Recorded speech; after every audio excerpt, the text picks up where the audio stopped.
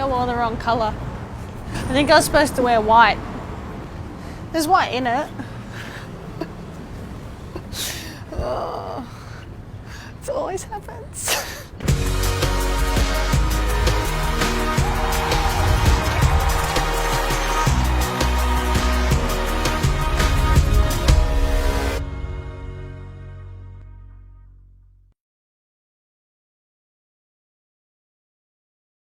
Thank you for coming. Thank you. Sorry, I didn't wear white. I've just realised.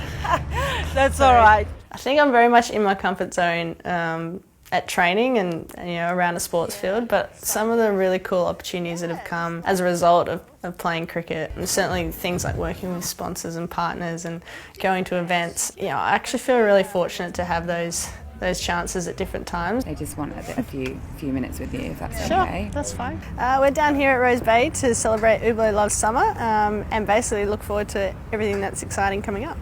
Jump in the middle. Sorry, there's a thorn coming. I feel so seasick. Really? Yeah, On this? it's tripping me out. There's always a bunch of really random and unique and really interesting opportunities, whether it's like going to an event or I guess filming some kind of commercial or just meeting people from other fields of life that you had no clue about. It doesn't come particularly naturally to me, and a lot of the time I feel really uncomfortable doing some of those things, but I know it's also made me much better in terms of socialising with people that I haven't met before. This is not funny. I was so interested in my phone just then. Stop!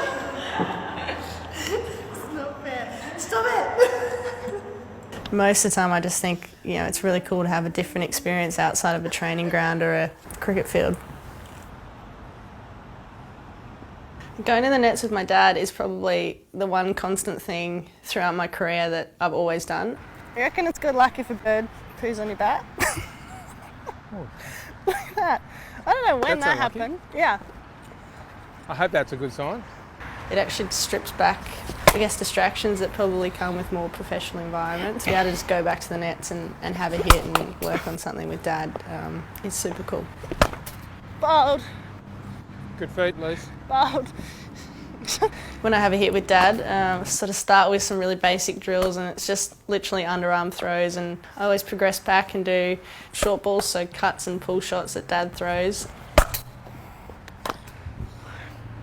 Great swing plane. And then at the end of that, he'll throw some normal balls, so whether that's pace or spin, and I'll hit them for a while as well. There's no risk in those, that's good. Coming down straight and just working your hands. Yeah, okay. It's what I've done since I was 5 years old, and I have loved that experience the whole way through with him, but also I think it just reminds me of why I play the game in the first place.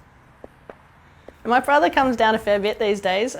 We try and schedule a lot of our hits in his work lunch break. It feels like we were kids again, although I used to always have to bowl to him, and rather than him bowling to me, he bowls leg spin, and I have to face a fair bit of that in games, so it's really nice to have someone to do that. Oh, I knew you were going to do that. Sometimes we'll have a bit of a bet on it, and I always end up buying coffees because I reckon he gets me out on average 4 times a session, sometimes more. Bottom hand thing, it definitely improved. Well, I think it might be the bat handle. Yeah, As I said last time, but yeah, it just opens up the blade a bit, that's all. yeah, but it's because it's you can get a leading edge to onside shots. Yeah. That happened a couple of times, but I think you've figured it out. Get rid of that bird poo off it. Yeah, Thanks, Brosy. Thanks, Steve. Thanks, man.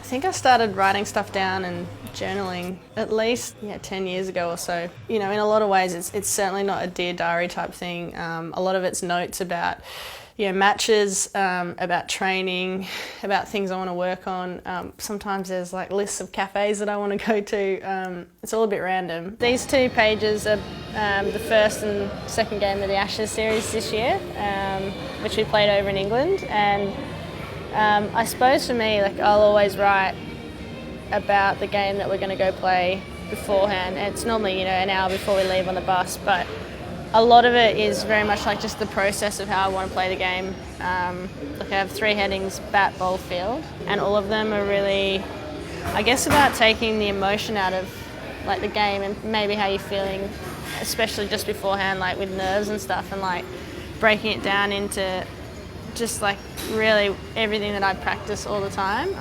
So like little cues that make sense to me, and like they're about how I execute a skill and like the different parts of my body that are important in that. So like from a batting point of view, I've just written weight and balance and stance, front foot and shoulder to the line of the ball, watch the ball closely from the hand, make good decisions going forward and back, like things like that that are just really simple, but as I said, they kind of take the emotion out of it for me, and they just make me think about what you're actually doing in the game.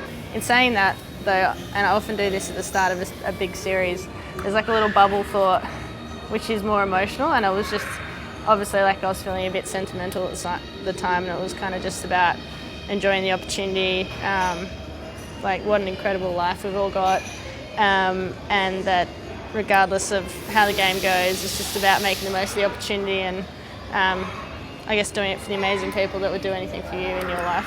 What goes through your head at 1,000,000 miles an hour kind of takes 3 different tangents along the way, and you get a little bit wrapped up in that and a bit confused, whereas I find like just writing it down really gives me clarity to exactly what I'm thinking and feeling.